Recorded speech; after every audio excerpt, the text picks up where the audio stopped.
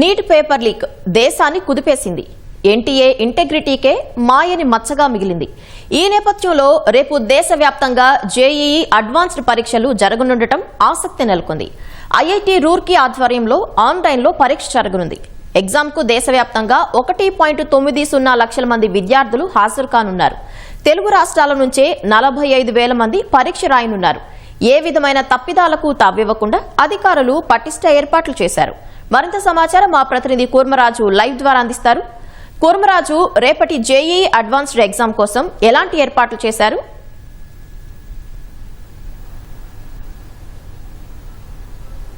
పవిత్ర, ఈ JEE mains పరీక్ష ఇది నేషనల్ టెస్టింగ్ ఏజెన్సీ ఎన్టీఏ ఆన్లైన్లో నిర్వహించింది. ఇందులో క్వాలిఫై అయిన వాళ్ళందరినీ కూడాను ఈ జేఈఈ అడ్వాన్స్డ్ రాయడానికి వాళ్ళు అర్హులుగా ఉంటారు. అలాంటి వాళ్ళు దాదాపు 2.5 లక్షల మంది అర్హత పొందారు. అందులో 1,90,000 నుంచి 95,000 మంది మాత్రమే ఈ అడ్వాన్స్డ్ పరీక్షకి మే 4న కట్ ఆఫ్ డేట్ వరకు వాళ్ళంతా అప్లై చేసుకోవడం జరిగిందనేసేమో ఈ ఐఐటి రూర్కీ ఈ జేఈఈ అడ్వాన్స్డ్ పరీక్ష నిర్వహిస్తుంది. ఇది ఆన్లైన్లో నిర్వహిస్తారు. దీనిలో నెగిటివ్ మార్కింగ్స్ ఉన్నాయి. అలాగే దీనికి సంబంధించి 2 పేపర్లు, అంటే పేపర్ 1, పేపర్ 2, ఈ 2 పేపర్లని రేపు ఉదయం 9 గంటల నుంచి అలాగే 12 గంటల వరకు మొదటి పేపరు, అలాగే మధ్యాహ్నం 2:30 నుంచి సాయంత్రం 5:30 వరకు కూడాను రెండో పేపర్ నిర్వహించడం జరుగుతుంది. ఈ 2 పేపర్లకి నెగిటివ్ మార్క్స్ చాలా పకడ్బందీగా, అంటే దేశంలో అత్యున్నత సాంకేతిక విద్యా సంస్థలు ఐఐటీలు, అలాగే ఈసారి ఐఐఎస్సి బెంగళూరు కూడాను ఇదే పరీక్షలో సాధించిన ర్యాంక్ ఆధారంగా వారికి సీట్లు కేటాయించడం జరిగింది. దాదాపు 18,500 సీట్లు ఈ ఐఐటీల్లోని 23 ఐఐటీల్లోని ఐఐఎస్సి బెంగళూరులో కలిపితే మొత్తం 18,500 సీట్లకి ఈ పరీక్ష ద్వారా, ఈ పరీక్షలో ప్రతిభ ద్వారా వారందరికీ సీట్లు కేటాయించడం జరుగుతుంది. దీనికి అంతా షెడ్యూల్ జూన్ 1వ తారీఖున దీని ఫలితాలు కూడా ప్రకటిస్తామనేసేమో ఇప్పటికే ఐఐటి రూర్కీ, అంటే ఈ పరీక్షను నిర్వహిస్తున్న ఐఐటి రూర్కీ ప్రకటించడం జరిగింది. ఆన్లైన్లో అంటే ఎక్కడా ఎటువంటి తప్పిదాలకు తావు లేకుండా ప్రతి అభ్యర్థి కూడాను ఈ కంప్యూటర్ బేస్డ్ టెస్ట్లో వారి హాల్ టికెట్ నెంబర్ని ఎంటర్ చేయడం ద్వారానే వాళ్ళు అందులోకి లాగిన్ అవుతారు.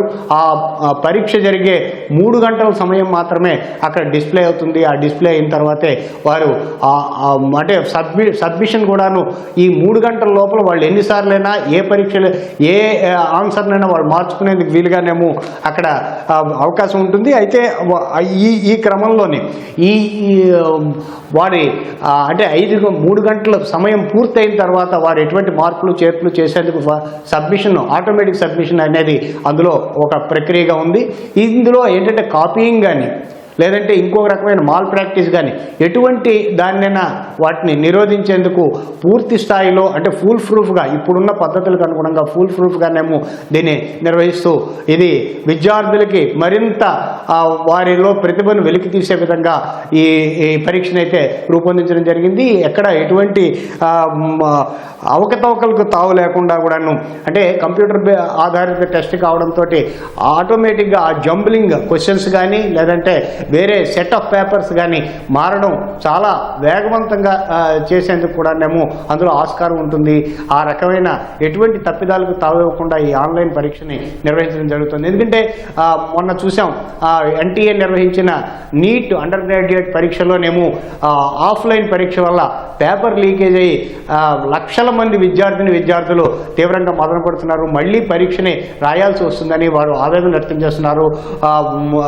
ఈ లక్షల మంది పేరెంట్స్ కూడా దీని మీద తీవ్ర స్థాయిలో అసంతృప్తి వ్యక్తం చేస్తున్నారు. అటువంటి వాటికి ఆస్కారం లేకుండా ఈ జేఈఈ అడ్వాన్స్డ్ పరీక్ష నిర్వహించేందుకు రంగం సిద్ధమైంది. తెలుగు రాష్ట్రాల్లో, అంటే ప్రధానంగా ఆంధ్రప్రదేశ్లో 22 కేంద్రాల్లోని, తెలంగాణలోని 13 కేంద్రాల్లోని ఈ జేఈఈ అడ్వాన్స్డ్ పరీక్షని నిర్వహిస్తున్నారు. పవిత్ర.